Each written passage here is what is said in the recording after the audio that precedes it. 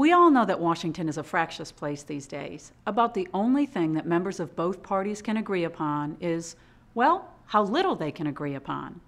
But what if I told you that the economic well-being of 20 million Americans and trillions of dollars in the U.S. economy was being threatened by foreign theft?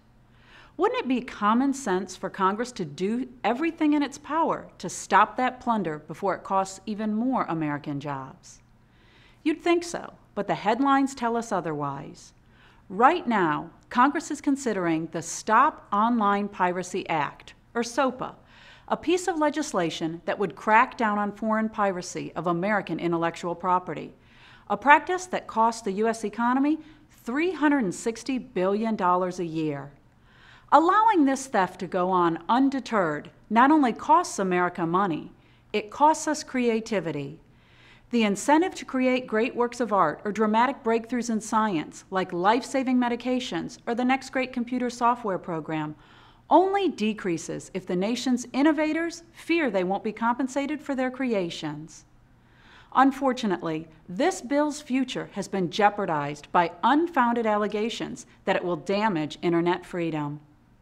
Here at the Center for Individual Freedom, we take those charges seriously. That's why we have consistently opposed initiatives like net neutrality, efforts that actually would cripple freedom on the web. But SOPA isn't one of them. SOPA's critics allege that it will lead to over-regulation of the internet, but its provisions attacking foreign piracy are already applied to domestic violations of intellectual property rights, and that hasn't made the internet any less free.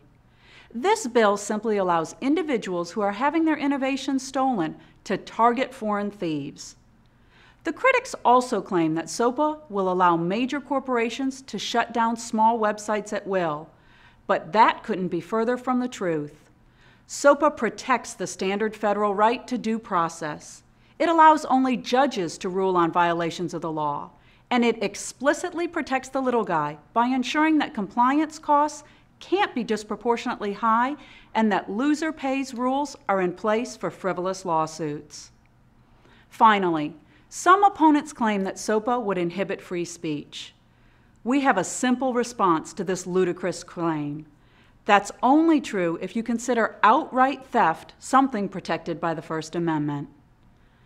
Over the past few decades, the growth of the internet has led to one of the greatest explosions of knowledge, wealth, and creativity that the world has ever seen. Passing the Stop Online Piracy Act will ensure that tradition continues well into the 21st century. That's this week's Freedom Minute.